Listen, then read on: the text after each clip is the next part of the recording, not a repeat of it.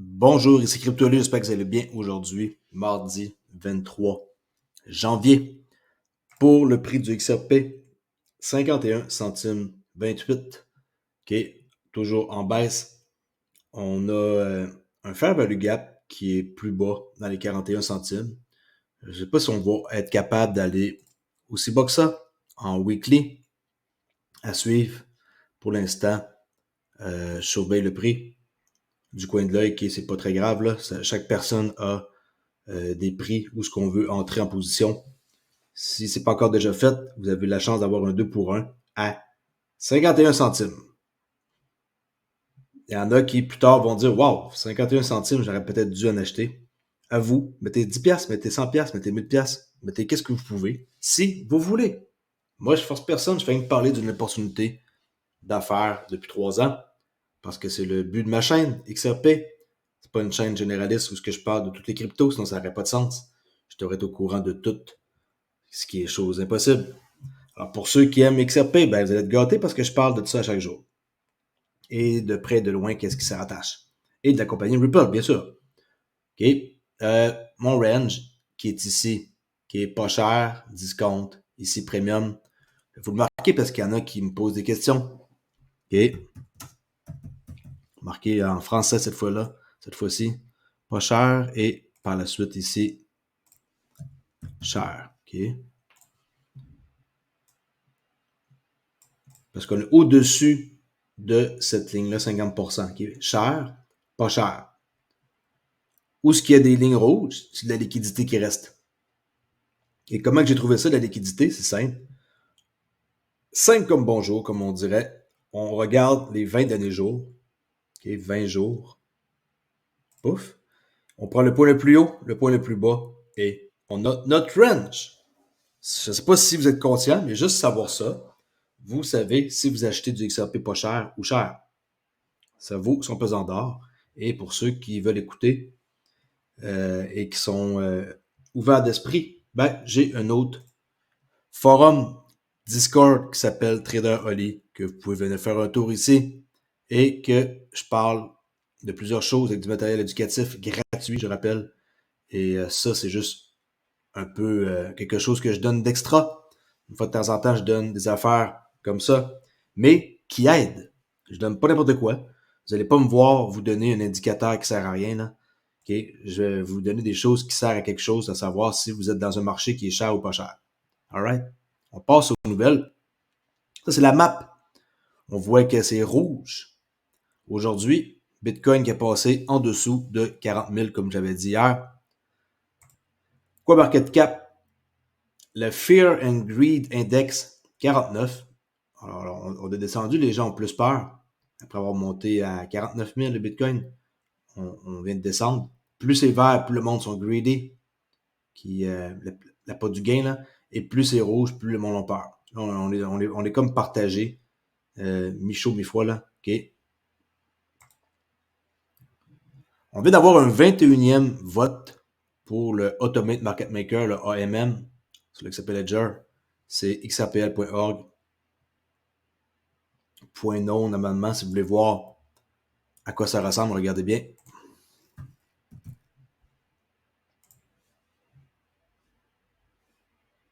OK. Amendement. Et là, vous le trouvez ici. AMM, 21 votes. Ça prend 28. On est à 60, c'est pas 80%. Si vous cliquez ici, vous allez voir qu'il y a quelqu'un d'autre qui a dit oui. OK. Il reste encore du monde ici. Ça en prend encore 7 parmi les 13. Alors, qu'est-ce qu'ils font, eux? Je sais pas. Je sais pas qu'est-ce qu'ils attendent. Mais ils votent pas encore oui. Bitfrost Wallet, je sais pas pourquoi ils votent pas tout de suite. Expector, je sais pas pourquoi il vote pas tout de suite. Ici, un validateur FTSO.eu, je sais c'est qui, je sais pas pourquoi il vote pas tout de suite. Même affaire pour ici, XRP Labs. Alors,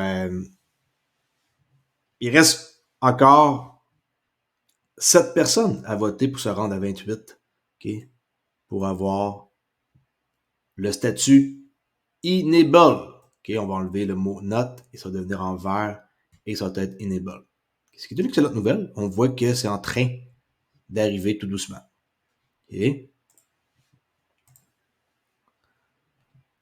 Le prix du EVR, OK? Evernode, ça a été lancé dernièrement. C'était lancé le 15 janvier, si ça veut bien marquer ma souris. Pour une raison de junior, ça marche pas, mais en tout cas, 15 janvier. On est parti à 10 centimes, on a monté à 80 et là, on descend à 50. Ceux qui ont participé au airdrop, ben, vous avez eu de ces tokens-là. Et je tenais à vous montrer le prix ici, EVR USDT sur Bitrue. D'ailleurs, vous pouvez vous en procurer là-bas. OK? Bon. La tempête est là. Ça, c'est sûr qu'il se prépare quelque chose. Je ne sais pas c'est quoi qui se prépare, mais on a une bonne idée. Par exemple, Grayscale, ils viennent d'envoyer plus de 900 millions de dollars de Bitcoin sur l'échange Coinbase. On dirait qu'ils s'apprêtent à en vider encore plus. Soyez prudents, ça c'était hier, la nouvelle. On peut voir les transactions ici. Regardez 93 Bitcoin, 965, 116, 179, 1000 bitcoins, tout ça. Ça fait de l'argent, là. 3 millions, 39 millions, 4 millions. Ils sont en train de tout se débarrasser de leur bitcoin sur le GBTC, chez Grayscale. Et envoyer ça chez Coinbase. Ça, c'est en date d'aujourd'hui. Ça, c'était hier. Là, en date d'aujourd'hui, ils viennent de transférer, regardez, 15 222 bitcoins supplémentaires d'une valeur de 588,5 millions de dollars vers Coinbase. Et je vous dis que Coinbase, c'est safe et que BlackRock aussi vont mettre en custody leur bitcoin là. Vous pensez qu'ils vont perdre leur cas contre la SEC? Probablement en vente. Hein? Attachez-vous, les amis. Les marchés baissiers ne fait que commencer. Bon, ça, OK. On n'en sait rien.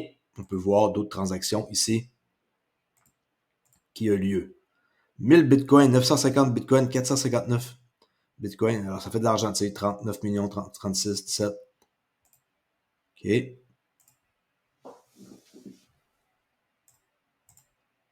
Ça, c'est une des raisons pourquoi que le prix est affecté du bitcoin. On peut me faire croire que ça n'a pas d'impact. Ça a un impact. Ça, c'est clair. Quasiment 1 milliard hier et encore aujourd'hui. 500 millions de plus. 1,5 milliard. Ça commence à faire beaucoup d'argent. On est rendu au 6e jour où ce que, ben, techniquement, c'est 7, qui est 7e jour où ce qu'on peut faire affaire dans un fonds négocié en bourse, un ETF. En français, c'est un FNB. Qu'est-ce que ça donne comme résultat? Ça donne qu'il y a 95 000 bitcoins qui sont maintenant détenus par les deux plus grosses entités à date qui sont dans les ETF Bitcoin, qui sont BlackRock et Fidelity. Ils sont coude à coude. Là, on peut voir le FBTC de Fidelité et le iBit, ça c'est BlackRock. 1282, 1227. Ils suivent pas mal de près. Fidelité, ils ont plus de personnes qui investissent. Et là, on peut voir le GBTC de Grayscale. Est-ce qu'ils vont le garder? Jusqu'à présent, les ventes ont été absorbées par les autres émetteurs. Et regardez, le GBTC de Grayscale, moins 28 000. Les autres, ils se débarrassent de leur Bitcoin. OK? Pourquoi? Pourquoi qu'ils envoient ça chez Coinbase? C'est les seuls qui font ça. Pourquoi? OK? Bitcoin ETF Hold. Il y a environ 4 milliards de dollars dans tout ça. Mais eux autres, ils s'en débarrassent et envoient ça chez Coinbase. En même temps, ils font toujours jouer leur publicité. Regardez. GBTC, qui est Grayscale BTC. Grayscale Invest. OK, gars, GBTC, Grayscale Bitcoin Trust ETF. OK, je ne sais pas c'est dans quelle ville, là. Mais c'est aux États-Unis quelque part, peut-être à New York. Ils font de la pub, mais ils se débarrassent de leur GBTC. Allez voir pourquoi ils font ça, je ne sais pas. OK. Qu'est-ce qui fait en sorte que la tempête, présentement, on est dedans. Il y a plusieurs facteurs. Et les facteurs sont les suivants. Et aussi les futurs qui s'en viennent. Bon, Grayscale, on vient de le dire. Ils viennent de réduire de 621 000 bitcoins juste en dessous de 580 depuis que les ETF se sont lancés il y a une semaine. Mongox. Vous savez, Mongox, pour ceux qui ne savent pas c'est quoi, c'est une recherche. Dans les tout débuts, c'était une plateforme où il y avait beaucoup d'échanges de choses illégales. Bitcoin était la crypto par excellence. Là-dessus, vous pouvez acheter n'importe quoi qui existe. Et Mongox, ils vont libérer 138 000 bitcoins en 2024, possiblement avant le trimestre numéro 3. Et c'est beaucoup de bitcoins. Il y a eu un verdict qui a été rendu là-dedans et ils vont, les gens qui ont entendu depuis des années et des années et des années vont récupérer leur bitcoin. Est-ce que vous pensez qu'ils vont les garder pour attendre que le bitcoin coûte plus cher? Ils vont s'en débarrasser, même si le bitcoin coûterait 30, 32 000, 40 000. Ils n'en ont rien à cirer. Ils en ont plein, plein, plein. Ça date de loin, le Mongox. Celsius, ils ont 38 000 bitcoins en insolvabilité qui sont en train de se faire, genre, processer. On ne sait pas comment est-ce qu'ils vont être après ça libérés. FTX, ils ont 20 500 bitcoins dans leur processus de faillite. Ça aussi, ça va devoir être vendu. Est-ce qu'il y a une façon de les vendre? Est-ce qu'ils peuvent le vendre d'une shot? Est-ce que je sais pas? Et les mineurs, on sait qu'avec le halving, il y a environ 32 000 bitcoins qui vont faire partie du halving. These are expected to be sold. Alors ça, les 32 000 là, vont être vendus aussi pour 2024. Et on a le US gouvernement qui détiennent 194 000 bitcoins des activités criminelles qui ont été saisies. Alors, comment on commence à additionner ça? 621 000, 138 000, 38 000, 32 000, 20 000. Et moi, détenir du bitcoin, j'aurais un peu peur. En tout cas, je ne sais pas pour vous, mais ça sent pas tellement bon. On a eu un enthousiasme avec les ETF qui sont arrivés. La vie est belle. Ça va faire son chemin. Ça va grossir. Faites-vous-en pas. Mais, avant que ça grossisse, ça se pourrait qu'on aille dans des niveaux où ça pourrait faire peur. Et on sait qu'est-ce qui arrive quand le Bitcoin tombe. Il entraîne les autres. Même si c'est pas les mêmes projets, que c'est pas relié, on s'entend qu'XRP, ça n'a aucunement les mêmes fonctions que BTC, mais ça l'entraîne. Mais peut-être que cette fois-ci, ça ne l'entraînera pas. Et qu'il va arriver quelque chose, puis que XRP va s'envoler seul. Ou un autre type de crypto, XLM, pourquoi pas. J'ai vu avec Monogram, là, sont en train de faire toutes que des choses.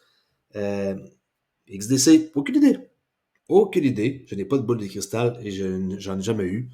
Et il n'y a personne qui en a et qui peut affirmer c'est quand qu'il va y avoir le bottom avant qu'on ait un bull run avec XRP. On peut juste présumer avec des extensions, des exercices que je sais qui aident à savoir les prix futurs. Je suis toujours un holder qui va garder mes XRP pendant un sacré bout. Minimum 2026. Mais global adoption pour moi, c'est 2030. Vous le savez, 2030 est une date que je tiens beaucoup et qui est prouvée par un paquet de personnes dans le milieu comme l'adoption globale. Et là, j'entends encore les commentaires. On est juste en 2024.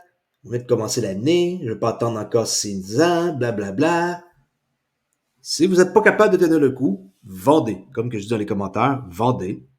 Et faites d'autres choses. Occupez-vous de d'autres cryptos. J'espère pour vous que vous avez d'autres choses que juste du XRP. Et ça ne devrait pas arriver d'avoir juste quelque chose en grosse quantité. On ne sait jamais qu'est-ce qui peut arriver. Et ça peut prendre du temps encore avant que ça soit intéressant pour vendre. Tant que le cas SEC Ripple n'est pas réglé, on va attendre.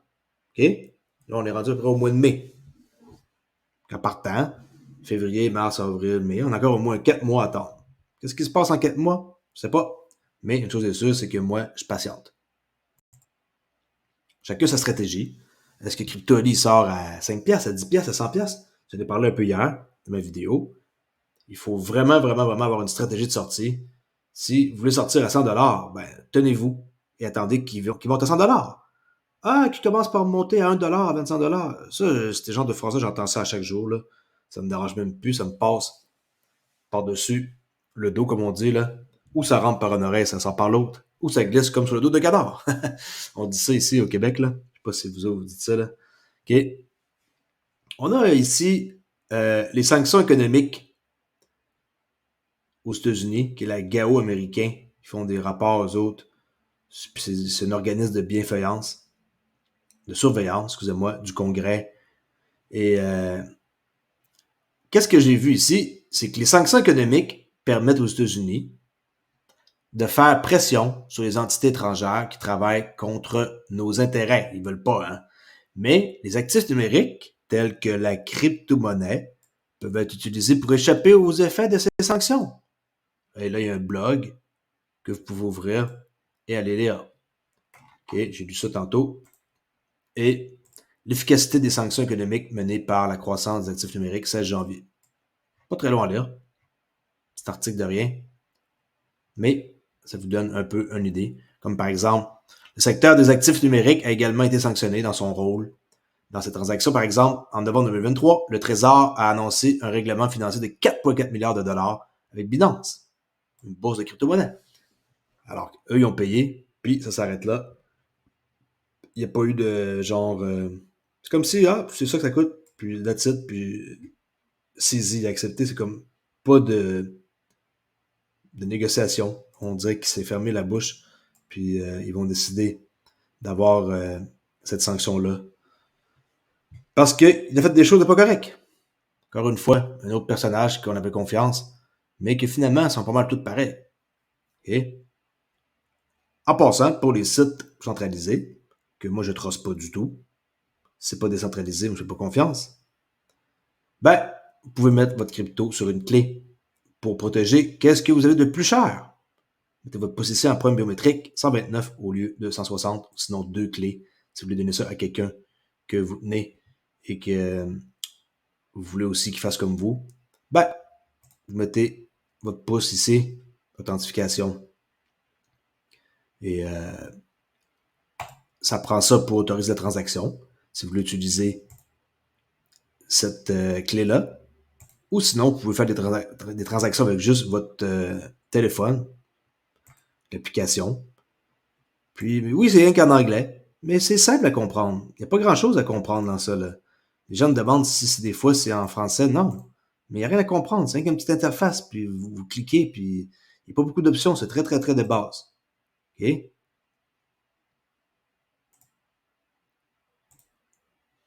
Les marchés ont reculé, comme j'ai dit, de pas mal.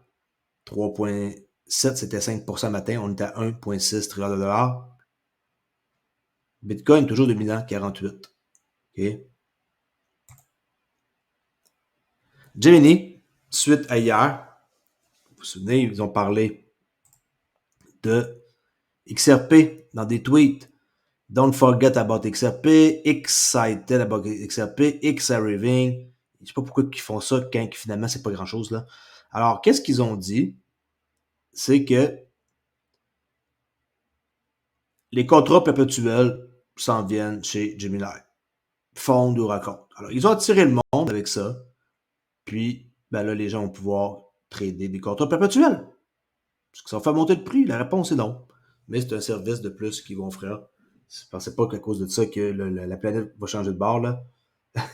Mais j'avoue que Gemini, ils attirent l'attention, mais ils sont peut-être pas les top côté marketing.